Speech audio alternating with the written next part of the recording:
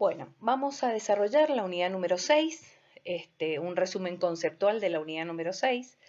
En esta unidad tenemos incluido lo que corresponde a movimiento permanente uniforme en canales, que es lo relacionado a condiciones permanentes en el espacio y en el tiempo, altura de agua y velocidad constante, digamos, en el espacio y en el tiempo, movimiento permanente variado, que es el movimiento que se produce a raíz de la existencia de singularidades, y el movimiento impermanente, que es el que se genera cuando hay modificaciones del caudal, cuando el caudal va cambiando y por lo tanto genera condiciones cambiantes en el espacio y en Respecto del movimiento permanente y uniforme, y si recordamos la ecuación de Seymenan, la primera ecuación de Seymenan, teníamos una relación entre la pendiente de fondo, la pérdida de carga unitaria por unidad de peso y longitud, la variación de la energía piezométrica, que sería la columna líquida, la altura de la columna líquida de agua, la variación de la velocidad en el tiempo y la variación de la altura de velocidad en el espacio. Si el movimiento es permanente y uniforme, si es permanente, toda la variación respecto del tiempo se hace cero, y si es uniforme, la variación respecto del espacio se hace cero. O sea que la parcial de h respecto de x se hace cero y la parcial de la altura de velocidad respecto de x también se hace cero, considerando que x coincide con el eje del movimiento del agua. Por lo tanto, en este caso, h es constante, la velocidad es constante, todos estos términos se eliminan y nos queda i menos j igual a 0 o i igual a j. La pendiente de fondo de la canalización coincide con la pendiente de la línea de energía, porque j en este caso sería la pendiente de la línea del Bernoulli. ¿Cuándo entonces se considera movimiento permanente uniforme? Cuando la altura de agua permanece constante en el espacio y a su vez también permanece constante en el tiempo. Acá tenemos un perfil longitudinal de una sección rectangular en donde la superficie libre del agua es esta línea azul, y un perfil longitudinal de una sección circular en donde la altura libre del agua es esta otra línea azul. Esta sería la sección cerrada, pero con la altura de agua en contacto con la presión atmosférica, por eso se comporta como una canalización abierta, y esta tiene una sección transversal abierta, de contorno geométrico abierto, y a su vez también la superficie libre está en contacto con la presión atmosférica. Ahí tenemos un par de fotitos relacionados con la presencia del movimiento permanente uniforme en los canales. La constancia de la altura a lo largo del espacio.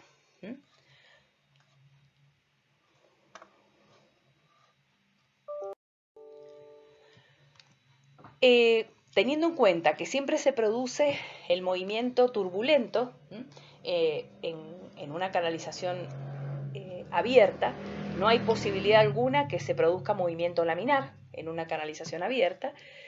Vamos a igualar las tensiones de corte hidráulico producto de la expresión genérica de la tensión de corte hidráulico y la tensión de corte hidráulico deducida o encontrada para el movimiento turbulento.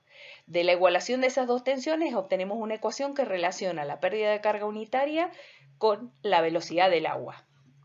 Esa ecuación la habíamos llamado en su momento en el movimiento turbulento la ecuación de Chezy. Este coeficiente C, que es la raíz cuadrada de 2G sobre F, en donde F es un coeficiente de frotamiento que está cuantificando la mayor o menor resistencia o frotamiento que ejerce un determinado revestimiento del canal. Este coeficiente de Chezy es este coeficiente C, y la velocidad resulta igual al coeficiente de Chezy por la raíz cuadrada de J por radio hidráulico. Si calculamos el caudal, que es el producto de la velocidad por la sección, sería la sección transversal por la raíz cuadrada de C, por la raíz cuadrada del radio hidráulico por J. Y como J es igual a I, porque el movimiento es permanente y uniforme, entonces aparece la pendiente de fondo dentro de la raíz cuadrada. Esas serían las características o la ecuación, digamos, de cálculo de una sección transversal para movimiento permanente uniforme. La sección transversal, omega, sería la sección, suponiendo que tengamos un trapecio de sección transversal, sería la sección de este trapecio, la sección mojada, El radio hidráulico es el cociente entre la sección y el perímetro mojado, y el perímetro mojado se mide como la longitud de la base más los dos lados, que serían el perímetro que está en contacto con el agua. J, que es la pendiente de la línea de energía, se reemplaza por I, de modo que la altura de agua resulta paralela al fondo, la altura de velocidad es constante, por lo tanto la línea de Bernoulli también es paralela a la altura de agua y paralela al fondo. Y eso nos da que J es igual a I en el movimiento permanente y uniforme. ¿Cómo calculamos el coeficiente de Hsí? Tenemos la fórmula de Ganguillet-Cutter, distintas fórmulas experimentales. La fórmula de Ganguillet-Cutter se relaciona con un coeficiente n de la rugosidad del material de que está hecho el canal y el radio hidráulico. La fórmula de Bazin, en donde Hsí es función de un coeficiente gamma que también depende del tipo de rugosidad del canal y del radio hidráulico. La fórmula de Manning, en donde el Hsí es el radio hidráulico a la 1/6 dividido n. Y con esa fórmula de Manning, que es con la que vamos a trabajar nosotros, si reemplazamos el coeficiente de Hsí en la ecuación del caudal que vimos recién, nos queda el producto de la sección por el radio hidráulico a la 2/3, porque sería a la 1/6 más 1/2, es a la 2/3, dividido n, que es el coeficiente de Hsí, y por la raíz cuadrada de la pendiente de fondo. Ese coeficiente de Manning, ahí lo tenemos tabulado. Esto es un resumen de una tabla un poco más larga que aparece en la guía de estudio. Para distintos tipos de revestimientos de los canales aparece un n normal, un n mínimo y un n máximo, relacionado con el tipo de revestimiento de que se trate. Mientras más rugoso es el revestimiento, el valor numérico del coeficiente de Manning es más grande. Ahí tenemos algunos ejemplos. Un N de 0,013, que es para un revestimiento de hormigón, son canales trapeciales, lisos. Y ahí tenemos un revestimiento de hormigón un poquito más rugoso. Ahí se puede ver, se puede apreciar en la foto que el agregado grueso está prácticamente en contacto, o sea, ya no hay una capa fina, y el N aumenta a 0,015. El coeficiente de gasto que más se usa en el diseño para los canales de hormigón es entre 0,014 y 0,015, justamente para tener en cuenta pequeños defectos de fabricación in situ de las secciones transversales, del hormigonado de las secciones transversales, durante la ejecución del canal. Si uno se va a un hormigón muy liso, quizá después los controles de obra no sean los adecuados, o los que correspondan a garantizar la lisura del revestimiento. Entonces, para estar un poco más seguros de ese valor, se adopta un coeficiente un poco mayor. Ahí tenemos, para el caso de secciones transversales sin revestir, el fondo 0,05 y los laterales 0,065. 0,07 para los laterales, son como canales excavados en tierra. Canales circulares de chapa acanalada, como aparece acá, que es lo que se usa generalmente en los caminos, como alcantarillas de camino, 0,024 es el N, 0,014 para este hormigón centrifugado y 0,012 para este otro premoldeado, digamos. Este tiene un valor de N un poco más grande porque el sellado de la junta se hace con alquitrán. Entonces esto genera una especie de rebarba en correspondencia a la unión de la cabeza con la espiga del caño, y aumenta más el coeficiente de gasto. Ahí tenemos canales naturales hechos de piedra partida, N 0,065 y 0,06. Estos canales naturales están hechos a propósito con esta rugosidad más importante, con la finalidad de generar disminución de la velocidad. Al disminuir la velocidad del agua, se disminuye el poder erosivo del agua en estas conducciones. Bueno, ¿cuáles son los parámetros?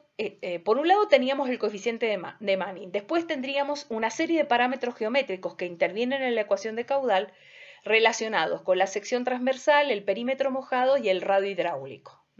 Entonces acá tenemos un resumen de las ecuaciones. Para una sección rectangular, la sección transversal B por H, el perímetro mojado sería la base más 2 veces la altura, y el radio hidráulico, que es el cociente de las dos.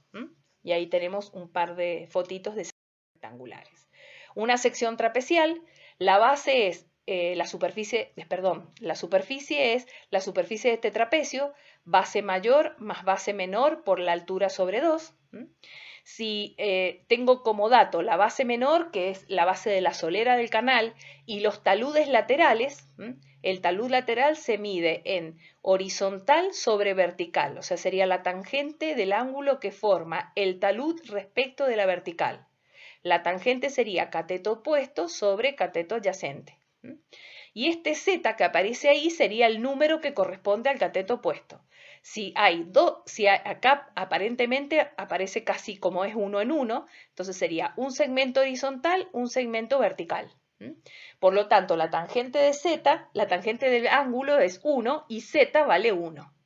Z es la tangente del ángulo que forma el paramento o el talud con la vertical. Sería base menor más base mayor por altura sobre 2, se reemplaza la base mayor, es igual a la base menor más 2 veces los segmentos horizontales que se calculan haciendo H por Z. Y entonces se puede obtener la ecuación de la sección que está expresada en la tablita. El perímetro mojado sería la base más 2 veces estas hipotenusas de un triángulo rectángulo que tiene altura H y cateto vertical H y cateto horizontal igual a Z por H. Entonces quedaría B más 2 veces H por 1 más Z al cuadrado. Y el radio hidráulico, que es el cociente de las dos secciones de perímetro mojado.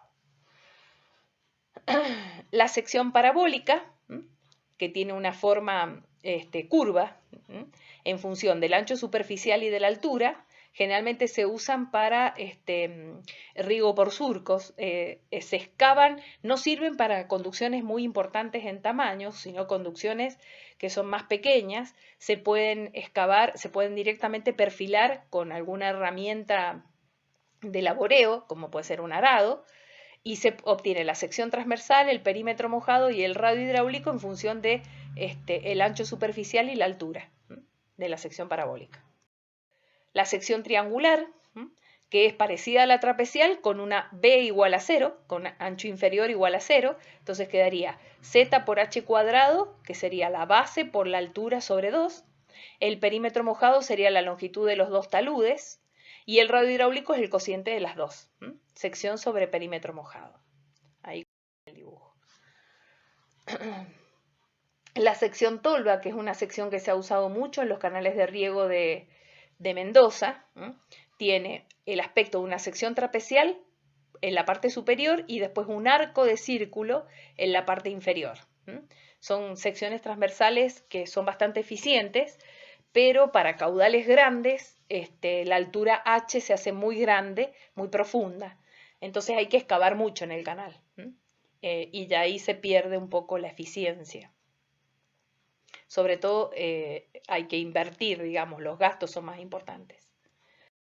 En la sección circular, una sección circular parcialmente llena, acá la tenemos con una altura de agua por encima de la mitad del diámetro. La altura de agua está relacionada con el diámetro de la conducción a través del ángulo φ, que sería el ángulo al centro que tiene la cuerda que define la altura h. La sección transversal se expresa como φ menos el seno de φ. Este φ va en radianes, este φ acá adentro va en grados, por d al cuadrado sobre 8, y el radio hidráulico es φ por d sobre 2, el perímetro mojado, y el radio hidráulico es el cociente de las dos.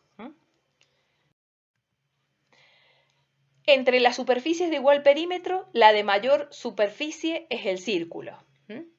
Entonces, si vamos a comparar igual perímetro mojado, sabiendo que el radio hidráulico es la sección sobre el perímetro y el radio hidráulico está elevado a la 2/3 dentro de la ecuación, multiplicado por la sección, a igualdad de perímetro, la que tiene mayor sección transversal es la que más eficiente es desde el punto de vista hidráulico. Entonces, de todas las superficies que tengan igual perímetro, la circular o la del círculo es la de mayor superficie, por lo tanto la sección circular es la que tiene mayor eficiencia hidráulica.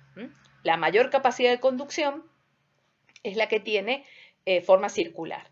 Ahora, de las formas poligonales, de los polígonos de n lados e igual perímetro, el de mayor superficie es el polígono regular. Y entonces un trapecio regular es más eficiente que un trapecio irregular y más eficiente que un rectángulo todavía. Ahí tenemos un ejemplito con distintas formas, la semicircular, la trapezial, trapezial regular y trapezial irregular, que sería más ancho y menos altura. Un ejemplo cualquiera, la superficie es la misma, 290, el perímetro mojado 43, 45, 53 y el cociente, que es el radio hidráulico, el más grande es el de la sección circular. Y de las poligonales, el que tiene mayor radio hidráulico es el polígono regular, que en este caso sería el trapecio regular. Para el cálculo del caudal, o sea, mientras mayor sea el radio hidráulico y mayor sea la sección, el caudal que se eroga es mayor.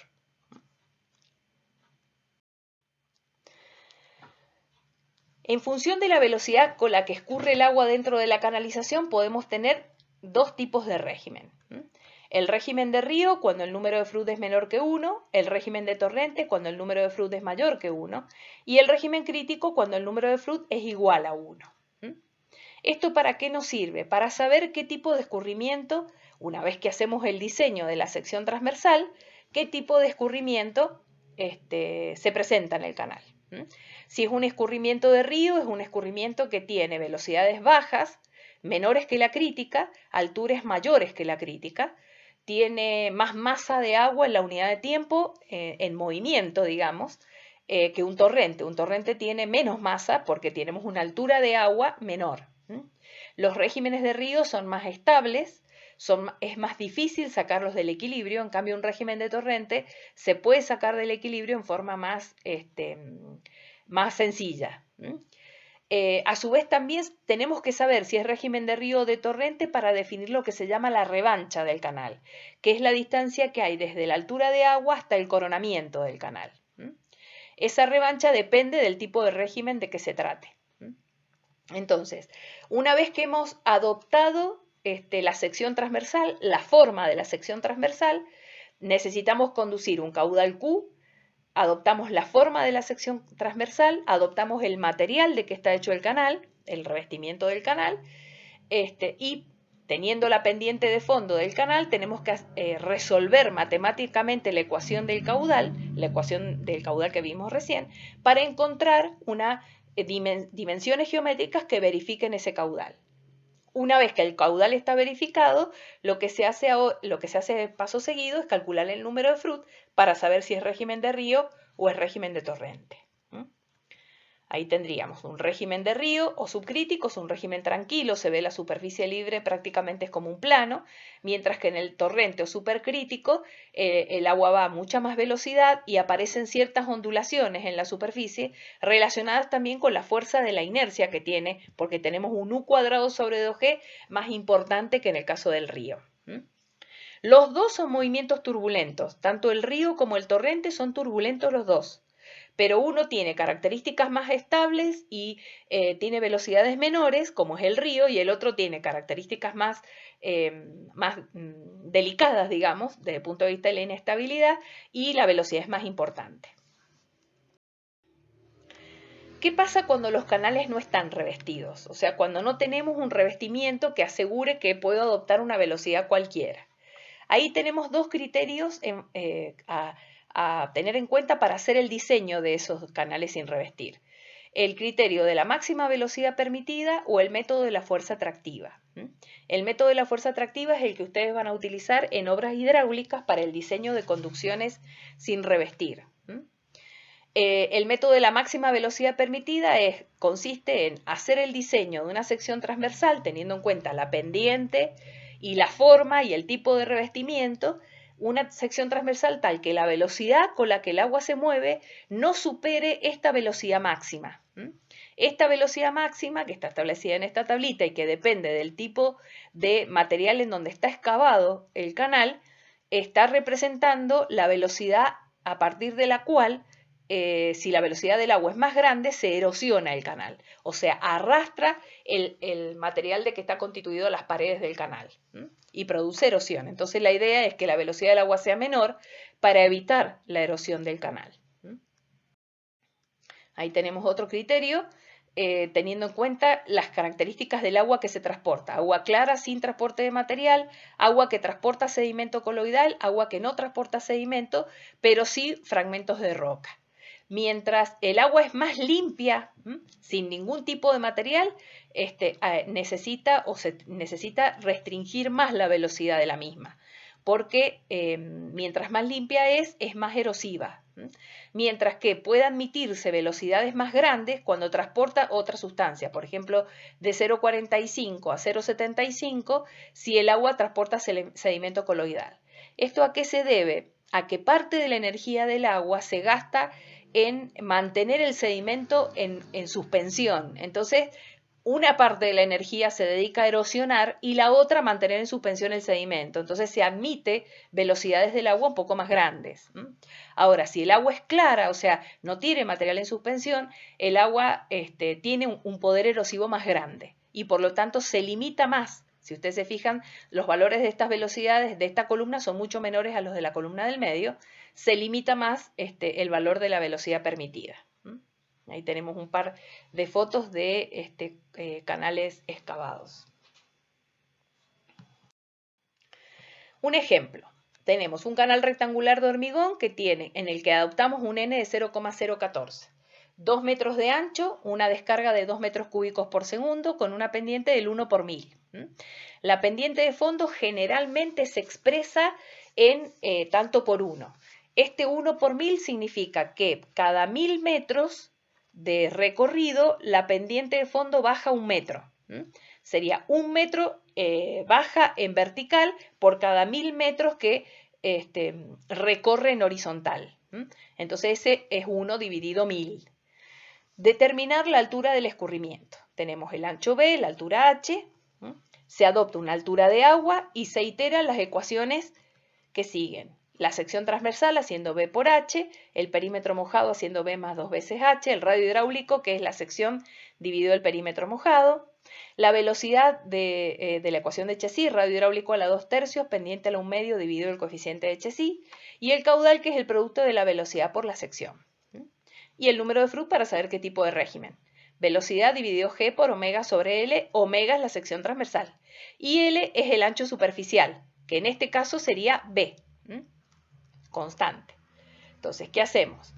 Tabulamos. Podemos hacer una tabulación a través de una planilla de Excel y empezar con una altura chiquita, 10 centímetros, los 2 metros de ancho, el N 0,014, la pendiente del 0,01, así es como entra dentro de la raíz cuadrada la pendiente, en tanto por 1. Se puede hacer B por H y obtener la sección, B más 2 veces H y obtener el perímetro mojado, el cociente entre la sección y el perímetro me da el radio hidráulico, y con esta ecuación, radio hidráulico a la 2/3, pendiente a la 1/2 dividido N, calculo la velocidad. Con la velocidad y la sección obtengo el caudal, 0,09. Me falta mucho para los 2 metros cúbicos por segundo. También calculé el número de Fruc haciendo U sobre la raíz de G por omega sobre B. Como me quedé corta, muy corto, 0,09, aumentos 20 centímetros, 30 centímetros, 40 centímetros. De 40 sigue estando 0,78 y tengo que ir a más del doble. Entonces ahí aumento a 20, de 40 a 60. 1,41 y ahí me estoy acercando. 10 centímetros más, 0,7, 1,75. Y podría haber hecho un 0,8.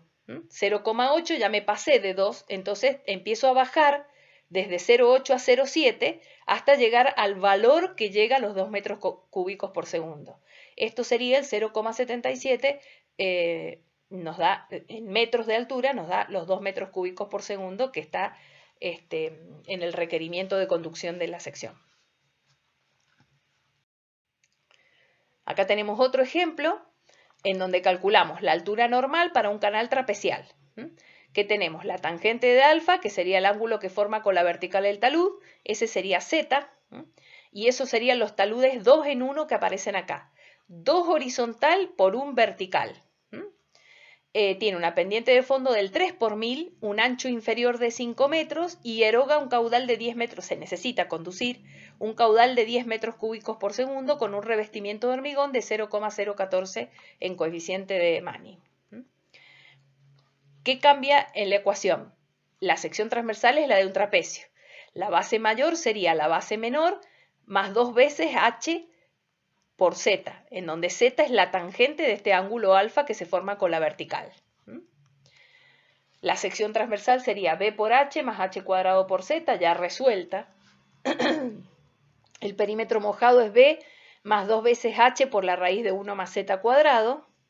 El radiohidráulico es la sección sobre el perímetro mojado. La velocidad radiohidráulico a la 2/3 pendiente a lo medio dividido n, el caudal y el número de Froude. Y hacemos el mismo tabulado. H, B chica, acá tenemos que poner B grande para que aparezca la base mayor y la base menor. El coeficiente de Manning, la pendiente, el talud también aparece aquí, que es H sobre B. 2H sobre un B es Z, hace que sea 2. La sección transversal en metros cuadrados, el perímetro mojado, el radiohidráulico, la velocidad, el Froude y el caudal. Y empezamos igual que recién, 0,1 metros. Hacemos todas las operaciones matemáticas y llegamos a 0,42. Por supuesto que nos falta mucho para los 10. Pasamos a 0,20, 1,36, a 0,30, 2,71, 0,40, 4,44, 0,60, volvemos a hacer lo mismo, un salto de 20, ya que nos falta todavía para llegar a 10, casi 9, 8,97. Entonces ahí podríamos haber saltado a 0,70, pero aquí saltamos a 0,65, nos da 10,33, nos pasamos de los 10, entonces disminuimos 1, 0,64 para llegar a los 10, 10,05. Podría haber disminuido 0,645 y tener 3 decimales. Para llegar al 10 es justo, 10,00. Ahora, en el orden de los milímetros no hace la diferencia en la altura de agua y menos en la altura total del canal. Porque que esto sea 0,645 o que sea 0,64 da exactamente lo mismo en la altura total del coronamiento, porque después tenemos una revancha para adoptar relacionada con la altura física del canal.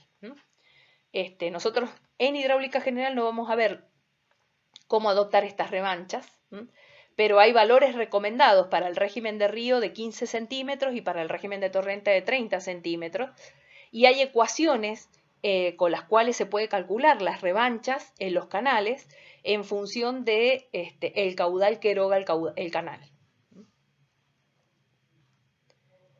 Bueno, el número de Froude es 1,10, perdón, es mayor que 1, por lo tanto el régimen es de torrente. Una sección circular, una tubería de alcantarillado de revestimiento vitrificado, N0,016, con una traza que tiene una pendiente de 0,02%. Conduce 1,43 metros cúbicos por segundo cuando la tubería está llena al 90% de la altura. ¿Qué dimensiones tendrá la tubería? O sea que ahora nos pide calcular cuál es el diámetro de este tubo para que la altura esté al 90% del diámetro, al 90% de la altura, y pueda erogar 1,43 metros cúbicos por segundo con la pendiente del 0,02%. Acá, antes de empezar a hacer el cálculo, vamos a tener que encontrar una relación entre H y Φ, porque según lo que sabíamos, la sección transversal y el perímetro mojado está en función del ángulo Φ, que es el ángulo que forma la cuerda de H, los dos radios de las cuerdas, el ángulo al centro de esos dos radios es el ángulo Φ. H es igual a D sobre 2, que sería este segmento, más este segmento, que es D sobre 2 por el coseno de alfa. Por lo tanto, alfa sería el arco coseno de H menos D sobre 2 por 2 sobre D. El ángulo Φ va a ser 2pi menos 2 veces alfa. Con ese ángulo Φ ya puedo calcular la sección. Las ecuaciones las vimos recién. Φ menos el seno de Φ por D al cuadrado sobre 8. El perímetro mojado. Y la velocidad siendo el cociente entre la sección y el perímetro mojado, que es el radiohidráulico, a la 2/3, la pendiente a la 1/2, dividido el coeficiente de Manning, y el caudal haciendo velocidad por sección. Entonces acá tenemos la ecuación, la tablita que resume todas las iteraciones. Empezamos con un diámetro de 1 metro.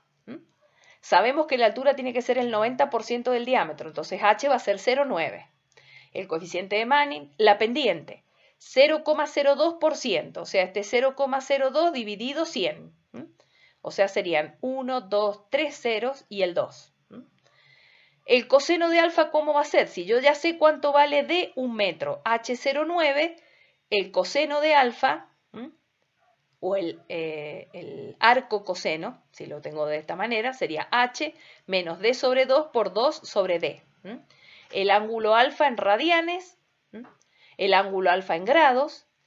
El ángulo alfa en radianes nos va a permitir calcular el phi en radianes y el phi en grados, 286,22 grados, que sería desde acá hasta acá, y en radianes 4,99. ¿Qué pasa? Este ángulo phi en radianes es el que entra dentro de esta sección, con este phi. Y este ángulo phi en grados es el que está dentro de este seno, dentro de la sección. Entonces sería los 4,99 radianes menos el seno de 286 por el diámetro al cuadrado, que vale 1, dividido 8, la sección transversal. El perímetro mojado sería phi por d sobre 2, 4,99 por 1 sobre 2, el perímetro mojado. El radio hidráulico es la sección sobre el perímetro, la velocidad la calculamos con la fórmula de Chessy y obtenemos el producto de velocidad por sección, el caudal, 0,29 metros cúbicos por segundo para un diámetro de 1 metro. Y necesito 1,43 metros cúbicos. Entonces, en la iteración siguiente aumento el diámetro, 1,5 metros. El 90% es 1,35 y vuelvo a hacer todas las cuentas correspondientes. Ahora, ¿qué es lo que voy a tener en cuenta? Que el ángulo alfa va a ser siempre el mismo porque la relación entre H y D se permanece constante. Y ahí calculo 0,87 de metros cúbicos por segundo para 1,5. Me sigo quedando corto, falta bastante para llegar a 1,43, entonces llego a 2 metros. De 1,50 a 2 metros. ¿Qué pasa? Calculo y llego a 1,86. Entonces me pasé. Tenía 1,43 y he calculado 1,86. Entonces la solución está entre 1,5 y 2. Entonces me voy a 1,75, que es la mitad entre 1,5 y 2. 1,31. Y ahí me está quedando, todavía me está faltando. Entonces aumento 5 centímetros más. 1,80. 1,41. Y me sigue quedando un poquito más. Entonces aumento a 1,81 y ahí llego al 1,43 metros cúbicos por segundo. He encontrado entonces el diámetro de ese tubo, 1,81 metros, que produce 1,63 metros de agua prácticamente y que deja escurrir el 1,43 metros cúbicos por segundo con la pendiente del 0,02%.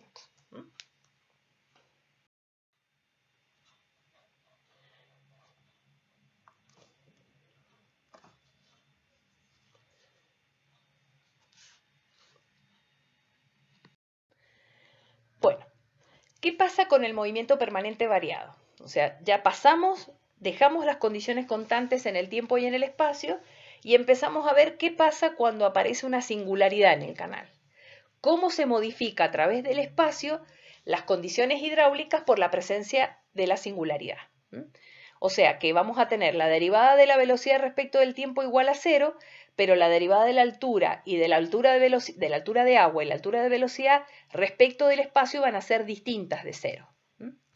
Y entonces la ecuación de Symons termina teniendo ese aspecto. I menos J menos la parcial de H respecto de X menos la parcial respecto de X de U cuadrado sobre 2G igual a 0. Y nos tiene que dar, si nosotros pudiéramos integrar esta ecuación, nos tendría que dar la función H en función del espacio. O sea, cómo va cambiando la altura de agua con la presencia de la singularidad en función del espacio. Lo que aparece acá en la foto. Esto es un salto hidráulico. Entonces el agua se va generando una depresión producto del salto. Y el agua, por lo tanto, la altura de agua va cambiando en el espacio. Si pudiéramos integrar esta ecuación, obtendríamos la función h en función de x y tendríamos la superficie libre del agua. El recorrido de la superficie libre del agua. Ahí pasa lo mismo para una partición. Tenemos un escalón de fondo con una hoja partidora móvil, se mueve a lo largo de un determinado rango para hacer un pasante y un derivado. Y ahí tenemos un vertedero, se llama vertedero Pico de Pato esto, que también genera movimiento permanente variado hacia aguas arriba. Ese vertedero Pico de Pato sirve para disminuir la altura de agua, disminuir la velocidad de agua, perdón, con la velocidad con que viene el agua acá. Entonces aquí se genera como una especie de cámara de carga y ahí se genera la derivación. Una derivación sigue de largo, si ustedes ven ahí hay un bordecito, y la otra tiene una curvita 90 grados y casi es paralela al canal. Esas singularidades en general para disminuir la velocidad del agua sirven como para formar una cámara de carga dentro del canal.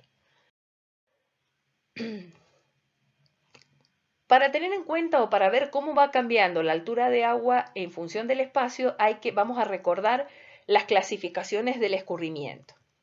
Habíamos dicho que el escurrimiento se puede clasificar en río o torrente dependiendo de la comparación de la altura con respecto a la altura crítica y de la velocidad con respecto a la velocidad crítica. Para el régimen de río o subcrítico, la altura de agua es mayor que la crítica y la velocidad menor que la crítica. Para el régimen de torrente o supercrítico es al revés, la altura es menor que la crítica y la velocidad mayor que la crítica. También podemos clasificar a las corrientes, a los lechos, según la pendiente que tienen, en pendiente suave y pendiente fuerte.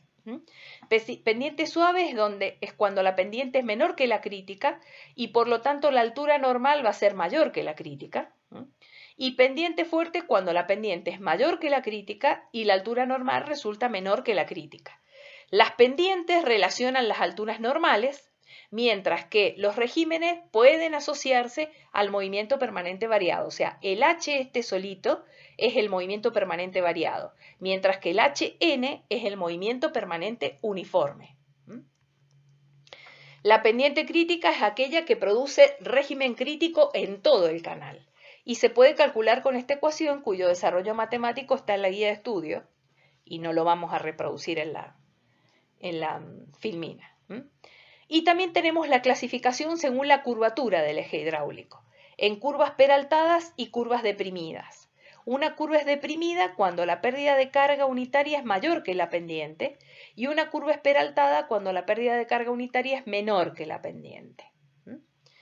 En estas tres clasificaciones o con estas tres clasificaciones nos vamos a manejar para ver cómo predecir la variación de la altura de agua ante la presencia de una determinada singularidad. Eso es lo que se llama la discusión del eje hidráulico. Para eso vamos a analizar cómo va variando el eje hidráulico a través del teorema de Bernoulli. Sabemos que la pérdida de carga unitaria, según la ecuación de Chessy, es Q cuadrado, N cuadrado, sección transversal al cuadrado, radio hidráulico a la 4/3.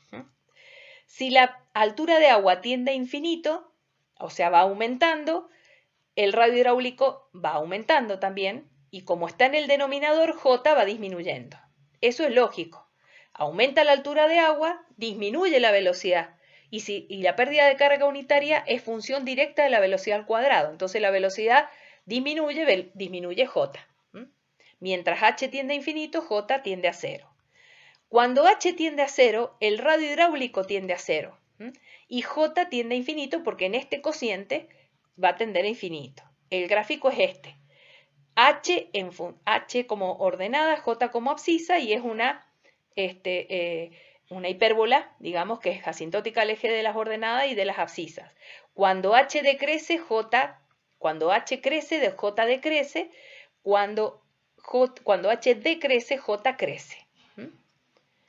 Un puntito de esa curva es la pendiente de fondo del canal. En este punto el movimiento es permanente y uniforme, o sea, J es igual a I. Y la altura que se produce es la altura normal, que sería la del movimiento permanente uniforme. Si hacemos por encima de esta altura normal, tendríamos alturas mayores que las normales y a su vez valores de J menores que I. Y cuando J es menor que I, la corriente es peraltada. Y también la altura mayor que la altura normal. Por debajo de la altura normal tenemos alturas menores que las normales y J mayores que I. O sea, nos estamos yendo por esta curva para allá. Esto es una curva deprimida. cuando J es mayor que I y la altura resulta ser menor que la normal. Eso lo podemos combinar con el gráfico de Bernoulli.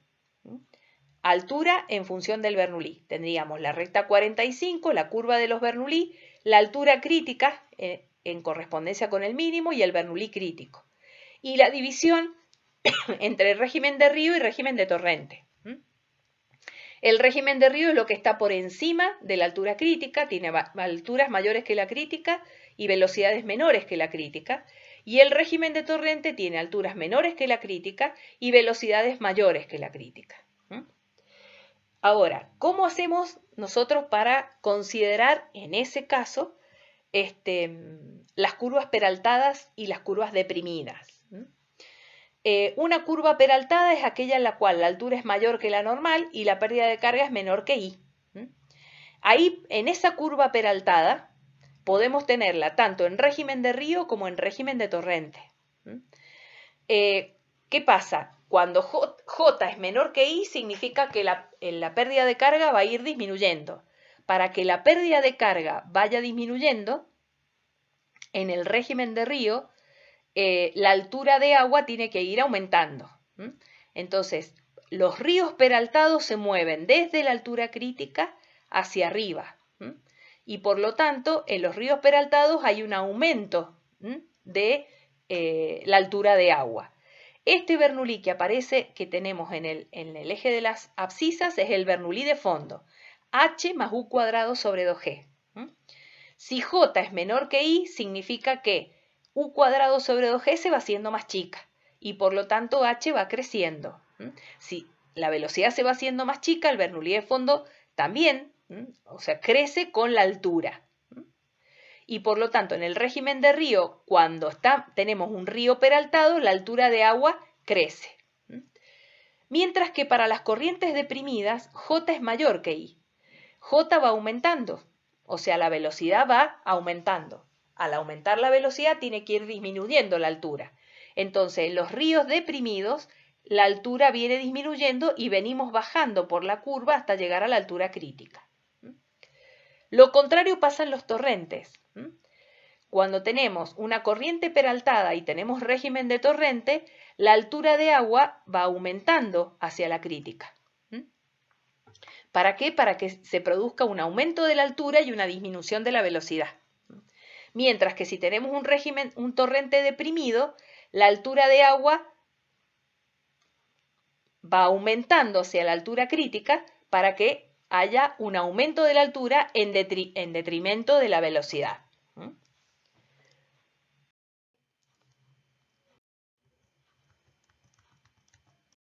Esta misma ecuación se puede obtener matemáticamente de la primera ecuación de Symons.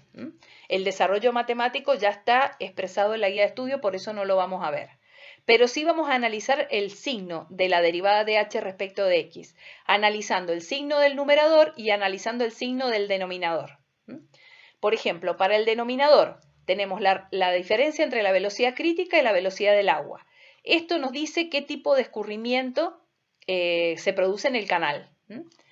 Si el régimen es de río, U es menor que la crítica y esta diferencia es positiva. Entonces el denominador es positivo en el río. Mientras que si el régimen es de torrente, la U es mayor que la crítica y este denominador es negativo. Entonces en el torrente el denominador es negativo. En el numerador, la relación está entre I y J y esta relación está relacionada con las curvas, si son peraltadas o son deprimidas. Si ahí tenemos curvas peraltadas, I es mayor que J, entonces este numerador es positivo. Y si tenemos curvas deprimidas, I es menor que J y este numerador es negativo. Y entonces sabemos que si está peraltado el numerador es positivo, si está deprimido el numerador es negativo. Si es igual a J, que es el caso del movimiento permanente uniforme, el numerador se hace cero. La derivada de h respecto de x se hace cero, significa que h es constante. Esa significaría que la derivada de h respecto de x se hace cero. Ahí tendríamos entonces las distintas alternativas. Derivada de h respecto de x con numerador y denominador positivo. Eso nos da un río peraltado y en el río peraltado la altura de agua crece. O sea, la derivada de h respecto de x es positiva. Negativo sobre negativo y ahí tenemos un torrente deprimido. El cociente sigue siendo positivo, o sea, la derivada de h respecto de x es positiva. El eje hidráulico crece con torrente deprimido también. Y ahí empezamos a combinar numerador negativo, denominador positivo, río deprimido. La derivada de h respecto de x se hace negativa, o sea, decrece la superficie libre del agua en la dirección del flujo. O al revés, más sobre menos, y eso es un torrente peraltado, en donde la derivada de h respecto de x también es negativa, o sea que decrece en el sentido del escurrimiento del agua y cambia de tipo de escurrimiento. También tenemos la derivada de h respecto de x igual a 0 cuando y es igual a j y cuando el movimiento permanente se produce movimiento permanente uniforme. La derivada de h respecto de x tiende a infinito, eso es cuando el denominador tiende a 0, o sea, cuando u tiende a la velocidad crítica. Eso cuando se produce en la presencia de una singularidad. Por ejemplo, si acá tenemos el fondo del canal, acá tenemos un escalón de bajada, en el escalón se produce la altura crítica y entonces esa corriente que puede ser un río deprimido, por eso que la derivada de h respecto, en este caso que es un río porque la normal está por encima de la crítica. Entonces tenemos un río deprimido que a medida que nos vamos acercando a la singularidad empieza a deprimirse más y en el punto de la singularidad la tangente a la superficie libre del agua forma 90 grados respecto del fondo. En ese punto se produce altura crítica. Y cuando la derivada de h respecto de x tiende ahí, eso hace que si tiende ahí, j tiende a 0. Y si j tiende a 0, significa que h tiende a infinito. La velocidad tiende a 0 y la altura de agua tiende a infinito. Pasa esto, cuando una vez que empieza a bajar paralelo al fondo y después se transforma en una altura horizontal. Esa altura casi horizontal es compatible con una compuerta, por ejemplo, que lo que hace es disminuirle la velocidad al agua. Con cualquier singularidad que baja la velocidad del agua, se produce este tipo de circunstancias. Fíjense que tenemos la altura normal por encima de la crítica y la altura del movimiento permanente variado por encima de las dos. En cambio acá la altura del movimiento permanente variado está por debajo de la normal y por encima de la crítica. Cuando la pendiente es igual a la crítica, la derivada de h respecto de x, tenemos la indeterminación 0 sobre 0, porque es movimiento permanente uniforme, y es igual a j, y estas dos velocidades son iguales. ¿Cómo se soluciona eso? Incluyendo o reemplazando la pendiente por la pendiente crítica. Todo este desarrollo matemático es para encontrar el valor de la pendiente que resuelve la indeterminación de tener el 0 sobre 0 en la derivada de h respecto de x. La pendiente de la superficie de agua coincide con la pendiente crítica. Bueno, ¿cuáles son los posibles casos? Tenemos que recordar que cuando el régimen es de río, o sea, las tres clasificaciones que vimos recién, cuando el régimen es de río, h es mayor que la altura crítica y cuando el régimen es de torrente, h es menor que la altura crítica. Cuando la pendiente es suave, la normal es mayor que la crítica y cuando la pendiente es fuerte, la normal es menor que la crítica. Cuando la curva es peraltada, h es mayor que la normal, eso lo vimos en las curvas h en función de j, y cuando la curva es deprimida, h es menor que la normal. Y entonces vamos a tener una combinación, tanto para pendiente suave como para pendiente fuerte, de estas tres condiciones, estas 6 condiciones serían. Por ejemplo, para pendiente suave tendríamos río peraltado, río deprimido, torrente deprimido, torrente peraltado. Para pendiente fuerte, río peraltado, torrente deprimido, río deprimido. Las distintas combinaciones que serían de 2 en 2 con cada una de las pendientes. Si la pendiente es suave, la normal es mayor que la crítica. La normal está por encima de la crítica. Si es río peraltado, si es río, h es mayor que la crítica. Y si es peraltado, h es mayor que la normal. Entonces, teniendo en cuenta estos dos límites más vemos que h es mayor que el normal y mayor que la crítica. O sea que H va a estar por encima de la altura normal y por encima de la altura crítica. En un río peraltado. En un río deprimido, con pendiente suave, la altura normal es mayor que la crítica. En un río, la altura es mayor que la crítica. Y en un deprimido, la altura es menor que la normal. Entonces H es mayor que la crítica, pero menor que la normal. En el torrente deprimido, la altura normal es mayor que la crítica porque seguimos en pendiente suave, pero en el torrente H es menor que H crítico y si es deprimido H es menor que el normal. Entonces la altura de movimiento permanente variado, que es el H sin subíndice, resulta menor que la altura crítica y menor que la altura normal. En el torrente peraltado, ¿qué tenemos? Sabemos que la pendiente suave, o sea que la normal está por encima de la crítica. Si es torrente, H es menor que la crítica. Y si es peraltado, H es mayor que la normal. En este caso, si H es menor que la crítica, no puede ser mayor que la normal, porque H normal es mayor que la crítica.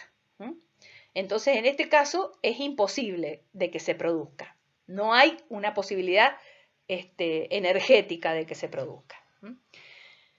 Hacemos el mismo análisis para pendiente fuerte. La altura normal menor que la crítica, pendiente fuerte. En un río peraltado, si es un río, la altura H es mayor que la crítica y si es peraltado, la altura H es mayor que la normal. O sea, H va a ser mayor que la crítica y la crítica mayor que la normal, porque eso lo dice la pendiente fuerte. Si es un torrente peraltado, la altura es menor que la crítica y si es peraltado, la altura es mayor que la normal. Pero a su vez la normal es menor que la crítica. Entonces, H va a ser mayor que la normal, pero menor que la crítica. En el torrente deprimido, o H va a estar entre la crítica y la normal, cualquiera de las dos alternativas. En el torrente deprimido tenemos el H menor que la crítica porque es torrente, H menor que la normal porque es deprimido. A su vez la altura normal es menor que la crítica, la normal menor que la crítica, y H va a ser menor que las dos, porque es menor que la crítica y menor que la normal. En el río deprimido, en el río H es mayor que la crítica y deprimido H es menor que la normal. Pero H normal es menor que la crítica. Entonces, si es mayor que la crítica, no puede ser menor que la normal. Entonces, también es imposible, porque la normal es menor que la crítica. Entonces, también es imposible esa otra alternativa. Por eso, los casos que se analizan son el 1, 2, 3, 4, 5 y 6. Quedó mal puesto. Bueno, 4, 5 y 6. Río peraltado con pendiente suave. Un río H menor que la crítica, peraltado H menor que la normal, entonces sería H menor que la crítica y menor que la normal. A su vez, si es un río peraltado, la derivada de H respecto de X es positiva. Entonces tendríamos la sección, el fondo del canal, la altura crítica por debajo de la normal y la altura H por encima de las dos. Y creciendo a través del recorrido del agua, porque la derivada de H respecto de X es positiva. Eso pasa cuando hay compuertas, cuando hay disminuciones de la pendiente, cuando hay aumento de la rugosidad, cuando hay disminución de la sección transversal, se produce en ese tipo en pendiente suave. Río deprimido con pendiente suave, en un escalón de bajada, ya lo habíamos visto, este ejemplo. La altura normal está por encima de la crítica porque seguimos teniendo pendiente suave. Pero H, en lugar de estar por encima de las dos, está entre las dos. ¿Por qué? Porque el H es mayor que la crítica, pero el H es menor que la normal porque es deprimido. Entonces H menor que la normal, pero mayor que la crítica. Y entonces el H va disminuyendo porque la derivada de H respecto de X es negativa. A medida que me acerco a la singularidad hasta hacerse 90 grados, cayendo a 90 grados en correspondencia con la singularidad. Torrente deprimido con pendiente suave. H va a ser menor que la crítica y menor que la normal. Seguimos teniendo pendiente suave. La normal arriba, la crítica abajo. La derivada de H respecto de X en un torrente deprimido es positiva. Y a su vez H va a estar por debajo de las dos. Entonces va a ir creciendo por debajo de las dos. ¿Hasta dónde crece? Hasta que en el punto se produce la singularidad. Acá podría llegar a ser un escalón de subida, en donde la altura de agua puede ir creciendo hasta hacerse normal en correspondencia con la singularidad. Un río peraltado con pendiente fuerte. Estamos en pendiente fuerte ya. La altura crítica ahora está por encima de la normal. Cuando la pendiente es fuerte, la crítica va por arriba de HN. A su vez, el río peraltado tiene una derivada de H respecto de X positiva. H es mayor que la crítica para que sea río y a su vez H es mayor que la normal para que sea peraltado. Entonces, H crece positivamente en el sentido del escurrimiento, porque es un río peraltado, en el sentido del escurrimiento por encima de los dos, por encima de la altura crítica y por encima de la normal. En el torrente deprimido con pendiente fuerte. Pendiente fuerte significa que la crítica está por encima de la normal. Es un torrente deprimido, la derivada de H respecto de X es positiva. A su vez, como es un torrente, H es menor que la crítica, y como es deprimido, H es menor que la normal. Entonces crece por debajo de la normal, para que sea menor que las dos, en el sentido del escurrimiento. Pendiente fuerte, torrente peraltado. Tenemos de nuevo la crítica por encima de la normal. Un torrente peraltado tiene una derivada de H respecto de X negativa, o sea que el agua decrece en el sentido del agua, en el sentido del escurrimiento. Y H va a ser mayor que la normal, pero menor que la crítica. Entonces decrece entre los dos. Acá, ¿por qué está a 90 grados? Porque acá hay una singularidad. Entonces produce el decrecimiento desde la singularidad hacia aguas abajo. También podríamos hacer la misma discusión haciendo los cambios de pendiente. Por ejemplo, de suave a más suave. Pendiente suave significa que la normal es mayor que la crítica, pero tenemos una normal aguas arriba y una normal aguas abajo, porque al cambiar la pendiente la normal cambia. Como es más suave aguas abajo, la normal aguas abajo es más grande que la normal aguas arriba. ¿Cómo cambia la pendiente? Se despega de la normal aguas arriba y se pega a la normal aguas abajo. Siempre los cambios o las curvaturas del agua son suaves, no son bruscas. De pendiente suave a menos suave. La crítica sigue siendo siempre la misma, porque no estamos cambiando la geometría del canal. Y la crítica depende solo del caudal y de la geometría del canal. El caudal tampoco lo estamos cambiando porque seguimos estando en movimiento permanente. Entonces, la normal aguas arriba es más alta y la normal aguas abajo es más baja porque pasamos de suave a menos suave. Y entonces, la altura de agua decrece despegándose desde la altura normal aguas arriba a la altura normal aguas abajo.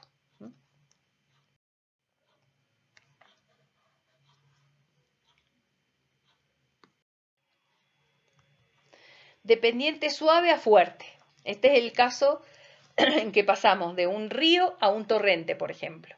La altura crítica sigue siendo la misma y la altura normal aguas arriba está por encima de la crítica, la altura normal aguas abajo está por debajo de la crítica. Entonces se despega el agua en el sentido de la corriente, cae a 90 grados en el punto de quiebre de la pendiente y después se hace tangente a 90 grados para hacia aguas abajo. De fuerte a menos fuerte. La crítica está por encima de la normal porque las dos son fuertes, pero la normal aguas arriba es más abajo y la normal aguas abajo es más arriba porque es menos fuerte. Entonces se va despegando de la normal aguas arriba y pegándose a la normal aguas abajo. De fuerte a más fuerte.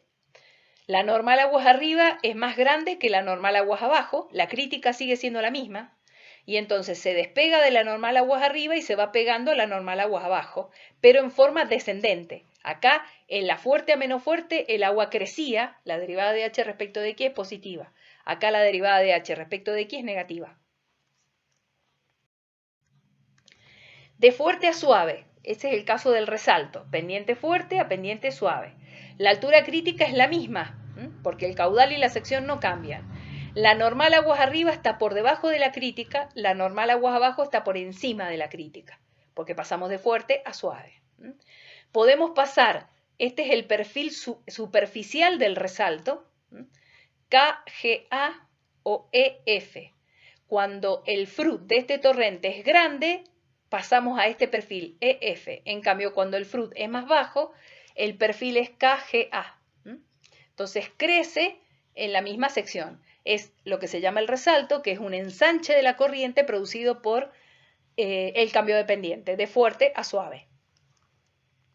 De suave a crítica, la altura crítica es la misma, la normal aguas arriba está por encima de la crítica y aguas abajo la normal y la crítica coinciden. De crítica a suave, aguas arriba la altura normal y la crítica son iguales y aguas abajo la normal está por encima de la crítica. Entonces se va despegando y crece. La derivada de h respecto de x es positiva. De crítica a fuerte pasa lo mismo, decrece. De fuerte a crítica vuelve a crecer, porque estamos por debajo de la crítica a llegar a la crítica que es mayor. ¿Cómo se traza el eje hidráulico? Se considera la misma ecuación de la derivada de h respecto de x, teniéndola en cuenta en la función matemática. Entonces sería el diferencial de h, sería la velocidad crítica al cuadrado por i menos j, dividido la velocidad crítica al cuadrado menos la velocidad al cuadrado por el diferencial de x. Esta velocidad u es una función matemática. En el caso de la velocidad crítica es g por omega sobre b. Omega es una función matemática de h. Y b también sería una función matemática de h, porque en el supuesto caso que no fuese rectangular, el ancho superficial depende de la altura de agua. La pérdida de carga unitaria es Q cuadrado, N cuadrado, la sección al cuadrado, el radio hidráulico a la 4/3. Esto sería la función f de h al cuadrado y esto sería otra función j de h elevado a la 4/3. La velocidad al cuadrado sería caudal cuadrado sobre sección al cuadrado, o sea, la función f de h elevado al cuadrado. Entonces, el diferencial de h sería una serie de funciones, operaciones matemáticas en distintas funciones de h. Para poder integrar esta función, porque si las funciones matemáticas fueran sencillas, uno integra el diferencial de h y obtiene la función, h en función de x. El asunto es que es la integración de operaciones matemáticas de distintas funciones de h. Se hace complejo desde el punto de vista matemático. Hay distintas formas de poder hacerlo. Hay autores que, en función de la forma geométrica de la sección transversal, o sea, omega, que es f de h, hay unas funciones de aproximación. J, que tenemos f de h, y j de h, que es el radio hidráulico, a través de funciones matemáticas, también pueden obtener j en función de h a través de funciones matemáticas de aproximación. Pero son complejas matemáticamente hablando. ¿Qué hacemos nosotros? Aplicamos diferencia finita. Tomamos dos secciones transversales separados un delta x, la sección 0 y la sección 1. Z0 es la cota de posición, H0 la energía piezométrica o la columna líquida, la energía de presión de la columna líquida, más la altura de velocidad, en la sección 0. En la sección 1, Z1, H1, alfa 1 U cuadrado sobre 2G, o U1 al cuadrado sobre 2G, y la pérdida de carga delta, que sería el frotamiento entre la sección 0 y la sección 1. Como no hay ninguna singularidad acá, la única pérdida de carga que hay es el frotamiento. Aplico el Bernoulli para esas dos secciones. Ese frotamiento es la integral entre x0 y x1 de j por diferencial de x. Y le llamo Bernoulli de fondo a la suma de h más u cuadrado sobre 2g. Altura de agua más altura de velocidad. Le llamo Bernoulli de fondo. En la sección 0 sería este, en la sección 1 sería este. Entonces ahí quedaría expresado. La pendiente de fondo del canal se calcula siendo Z0 menos Z1 por X dividido X1 menos X0. Este paréntesis de acá abajo es delta X. Z0 menos Z1 sería I por la distancia entre X1 y X0. Todo este X1 menos X0 sería esta distancia delta X, que sería la distancia entre estas dos secciones que yo estoy tomando. Si yo voy desde el inicio de la singularidad hasta el final, en donde ya se produce el movimiento permanente uniforme nuevamente, puedo considerar tantas secciones intermedias como quiera y voy calculando el delta X de cada par de secciones intermedias que tomo. Sumo todos los valores de delta X y obtengo la longitud total de lo que se llama el remanso, que sería la longitud en donde se desarrolla todo el movimiento permanente variado producto de la singularidad. Acá tenemos una singularidad que es un escalón de fondo y desde la altura crítica que se produce en el escalón de fondo hasta llegar a la altura normal, que es cuando se produce movimiento permanente y uniforme, toda esa longitud hay movimiento permanente variado. Y si quiero calcular en cuánto se extiende ese movimiento permanente variado, tengo que calcular lo que se llama la longitud del remanso, o de la curva de remanso, que sería los sucesivos delta X sumados de todos los valores de H que yo pueda tomar entre el final de la curva de remanso y el inicio de la curva de remanso. Por eso este X1 menos X0 es delta X, este X1 menos X0, perdón, es este mismo delta X. Tomo un valor medio de la pérdida de carga unitaria, siendo J0 más J1 sobre 2. J0 se calcula con la misma ecuación de la pérdida de carga que venimos manejando, U cuadrado, N cuadrado, radio hidráulico a la 4/3, en la sección 0, en la sección 1. Tomo el promedio de esos dos valores. Y reemplazo lo que es la pérdida de carga siendo J medio por X1 menos X0, agrupo Z0 menos Z1 y lo reemplazo con I por delta X, y esta diferencia la reemplazo con delta X, con lo cual puedo sacar factor común delta X de I menos J medio, y en el segundo miembro me queda Bernoulli de fondo 1 menos Bernoulli de fondo 2. Despejo delta X y obtengo el valor de ese segmento.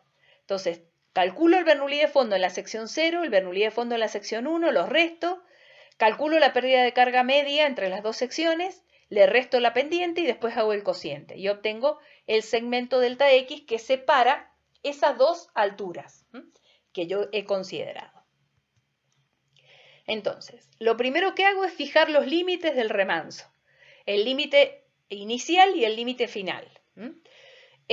Si yo quiero calcular la longitud total de la curva de remanso, el límite inicial sería el movimiento permanente uniforme, o sea, la altura normal, y el límite final sería la altura de agua en la singularidad, que puede o no ser la altura crítica.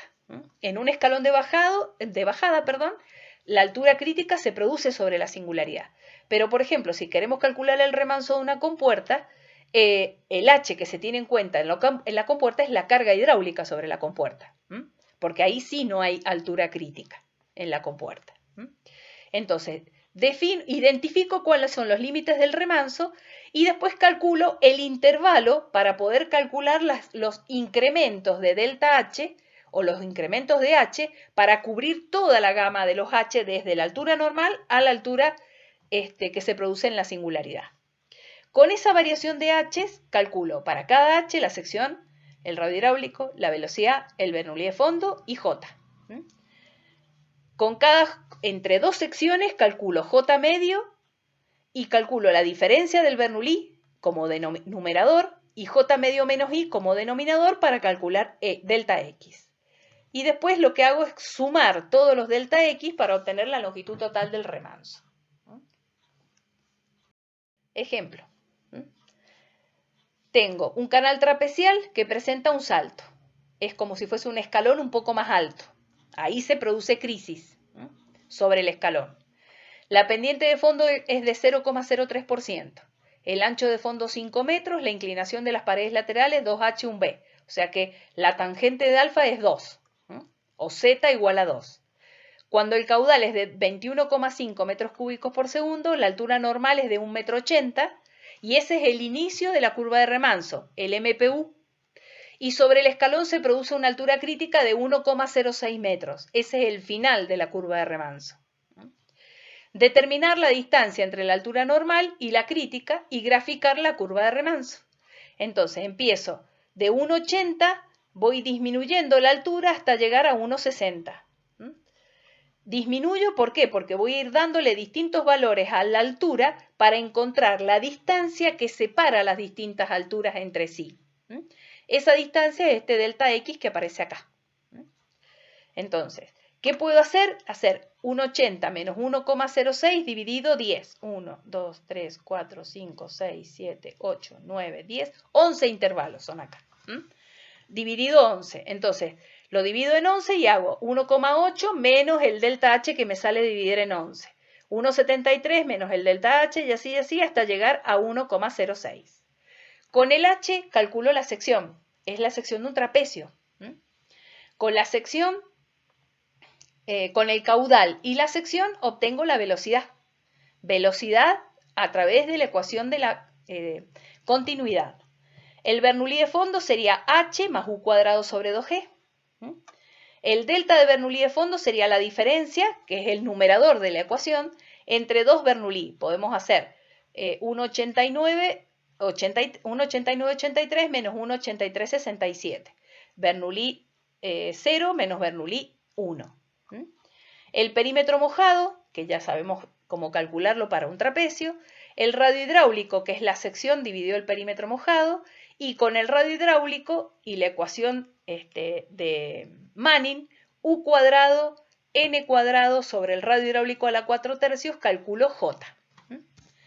Y ese J, entre dos valores o entre dos alturas, puedo calcular el J medio.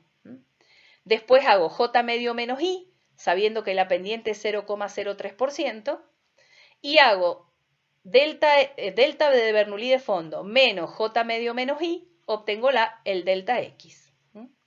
El primero es 2212, 680, 354, y a medida que me voy acercando a la altura crítica, los delta X se hacen más chiquitos. Ya vamos a ver por qué. La sumatoria total de todos esos delta X es la longitud total del remanso. ¿Cómo queda graficado? La altura normal, yo me aparto de la altura normal, que es la línea que está por encima en trazos oscuros. Esta es la altura crítica es la que se produce en el escalón o en el salto, y voy bajando desde la altura normal, me voy separando de la normal, y a medida que me acerco a la singularidad, me voy separando más abruptamente, o sea, la tangente a la superficie libre del agua se hace más inclinada, hasta llegar casi a 90 grados en correspondencia con la altura crítica. Por eso acá los delta X son chiquititos y acá los delta X son grandes, porque la variación de H es baja, entonces ocupa o abarca un delta X más grande. Mientras que acá la variación de H es más rápida y por eso los delta X se hacen más chiquitos a medida que me aproximo a la singularidad. Esta línea celeste sería la línea de la superficie libre del agua. Esto sería, en el caso de que fuese una pendiente suave, sería un río deprimido, por ejemplo, en presencia de un salto o de un escalón de bajada, importante en correspondencia con la altura crítica al final de la singularidad. Entonces tengo como extremo inicial el movimiento permanente uniforme, como extremo final la altura crítica.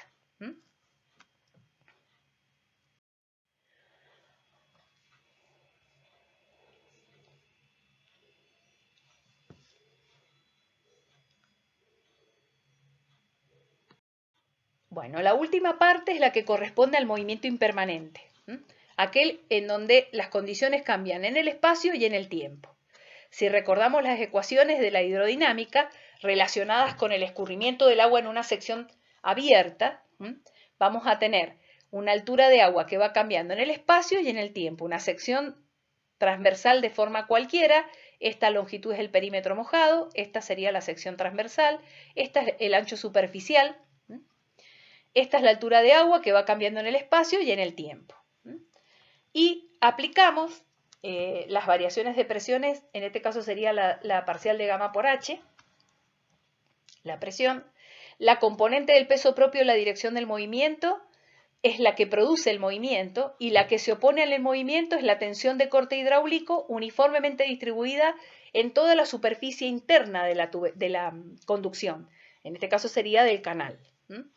Entonces esto sería la componente del peso en la dirección del flujo dividido el volumen de agua encerrado por estas dos secciones, 1 y 2, y esto sería la fuerza que se distribuye uniformemente en la superficie lateral de la sección transversal, por eso es tau por el perímetro por diferencial de X, esa sería la fuerza, por unidad de volumen también, con signo negativo porque esta es la que se opone al movimiento.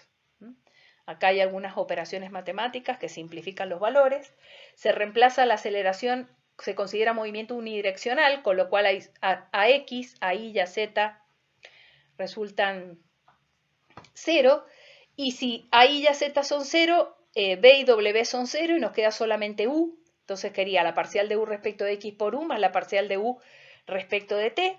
Ahí tenemos la ecuación completa, lo que hace a la energía de presión, que es la altura de la columna líquida del agua en el canal sobre el fondo, el peso propio del agua o la componente del peso propio del agua, la que corresponde a la que se opone al movimiento, que es el frotamiento, y la variación de la velocidad en el tiempo y en el espacio, porque hay parcial respecto de t y parcial respecto de x.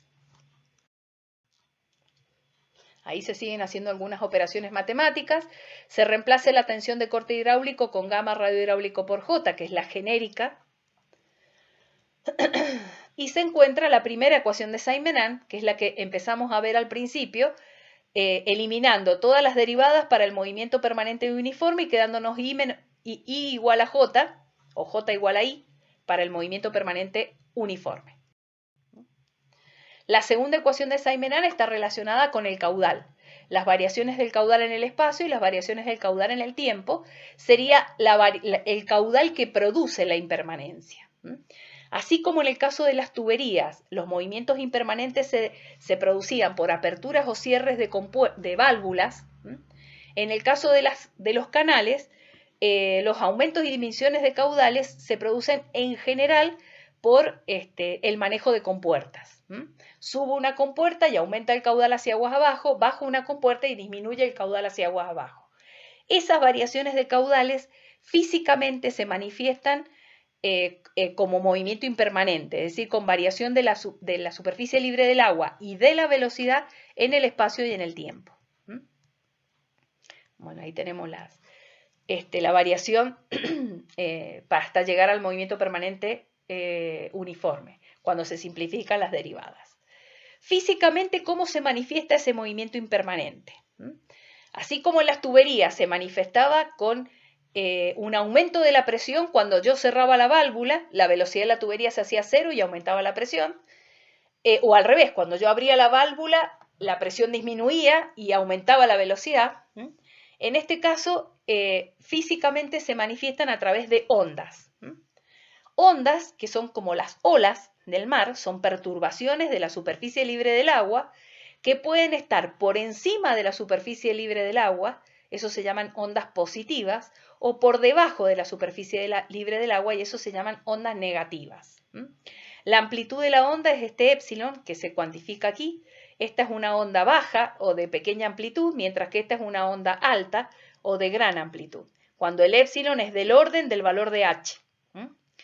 A su vez, las ondas pueden moverse en el mismo sentido del escurrimiento del agua o en sentido contrario al del escurrimiento. O sea que se pueden remontar una corriente. Un ejemplo típico es, por ejemplo, el accionamiento de las compuertas. Yo tengo una compuerta que tiene un orificio bajo compuerta. El caudal que pasa por ese orificio, ya lo hemos estudiado en la unidad 5, es M por A por B. B es el ancho del canal, A es la abertura del orificio y 2GH, H es la carga hidráulica, que se medía desde la superficie libre hasta el fondo. ¿Qué hago? Cierro la compuerta. Me demoro 0 segundos en cerrar la compuerta, o sea que lo hago en forma instantánea. En forma instantánea, para generar una sola onda. Cuando bajo la compuerta, achico este orificio y por lo tanto hacia aguas abajo va a haber menos caudal de lo que hay hacia aguas arriba. ¿Eso cómo se manifiesta físicamente, esa disminución de caudal? Se genera una onda negativa hacia aguas abajo que viaja con una celeridad c en el sentido del flujo y se genera una onda positiva hacia aguas arriba que viaja con una celeridad c en sentido contrario al flujo.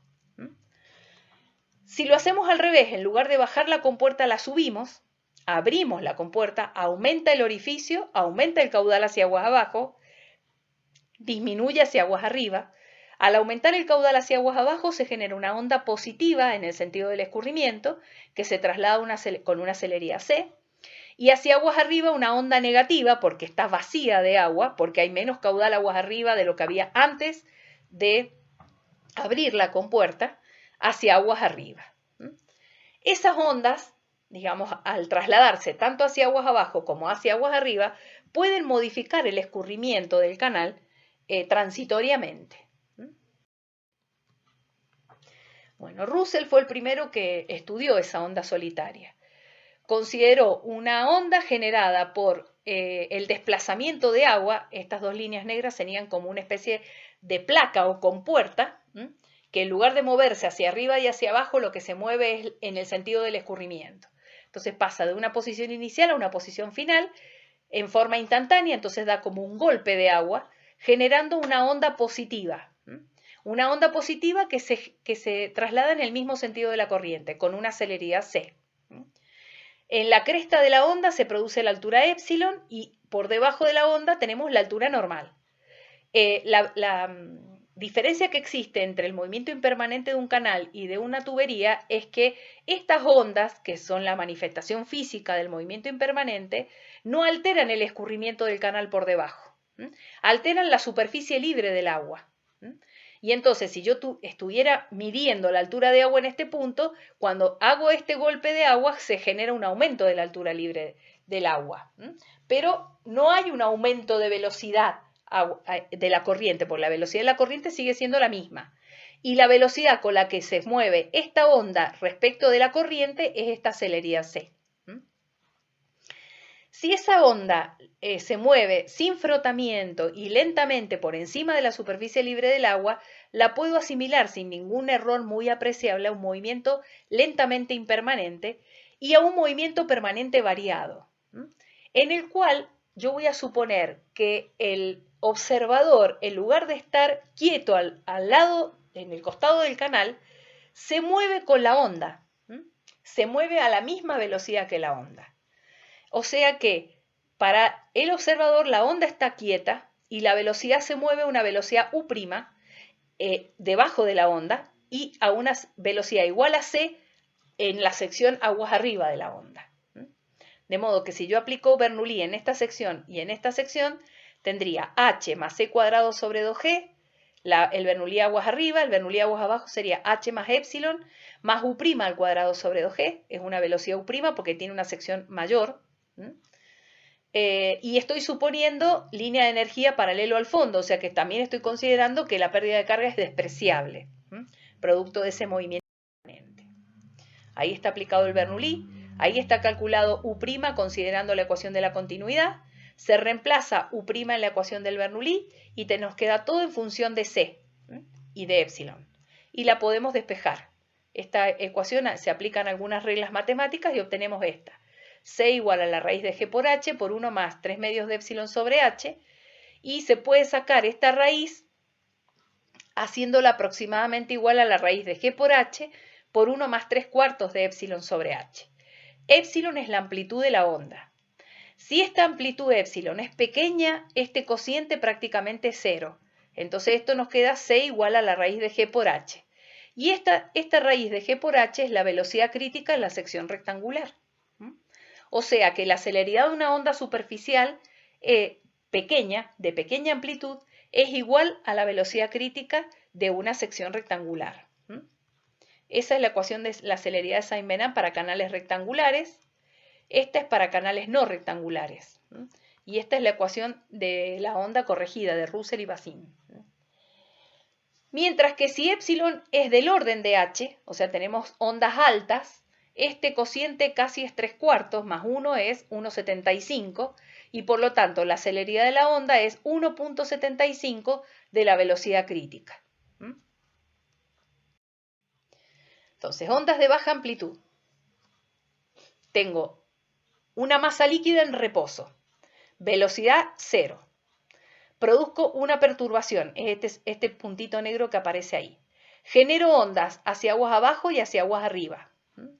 La velocidad absoluta de la onda va a ser la velocidad del agua más menos c. ¿Por qué? Porque este c es la relativa de la onda respecto del agua. Entonces la velocidad absoluta sería U más c hacia aguas abajo menos c hacia aguas arriba. Como acá U vale 0, sería V igual a c hacia aguas abajo, V igual a menos c hacia aguas arriba.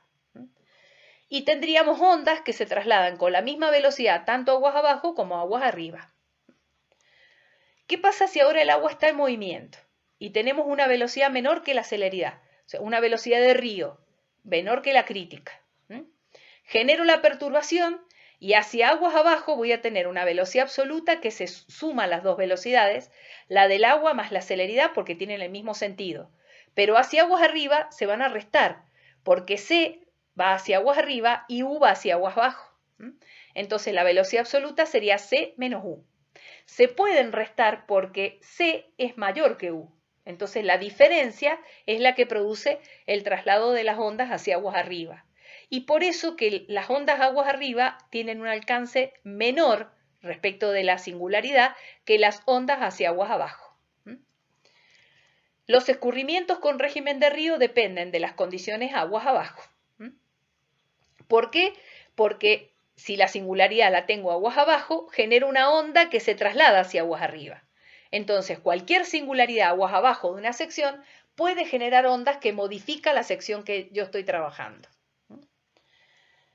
¿Qué pasa si el escurrimiento es de torrente? En el escurrimiento de torrente, la velocidad del agua es mayor que C. Por lo tanto, la onda no va a poder remontar una corriente de mayor velocidad. Solo va a haber traslado de ondas hacia aguas abajo.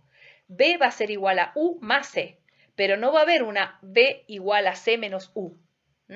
¿Por qué? Porque C es menor que U. La velocidad del torrente, la velocidad de U es una velocidad de torrente que es mayor que la velocidad crítica. Entonces, los torrentes dependen solamente de las condiciones aguas arriba de ellos. En el caso del régimen de torrente, la singularidad se ubica aquí y entonces depende de las condiciones aguas arriba.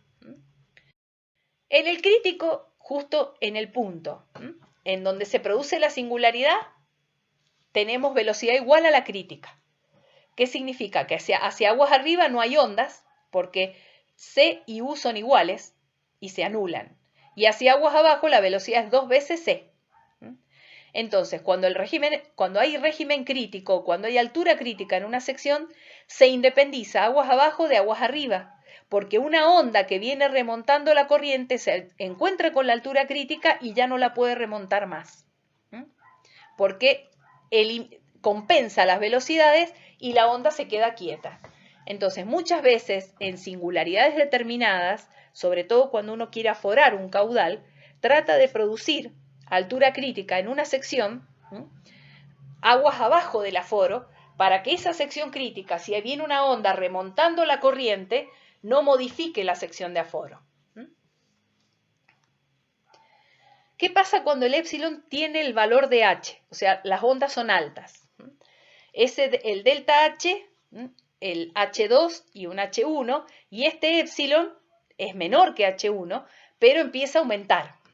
Tenemos una onda con una celeridad C, eso es lo que se llaman ondas modulares, en donde la superficie libre del agua tiene un aumento y después pequeñas variaciones alrededor de la altura aguas abajo.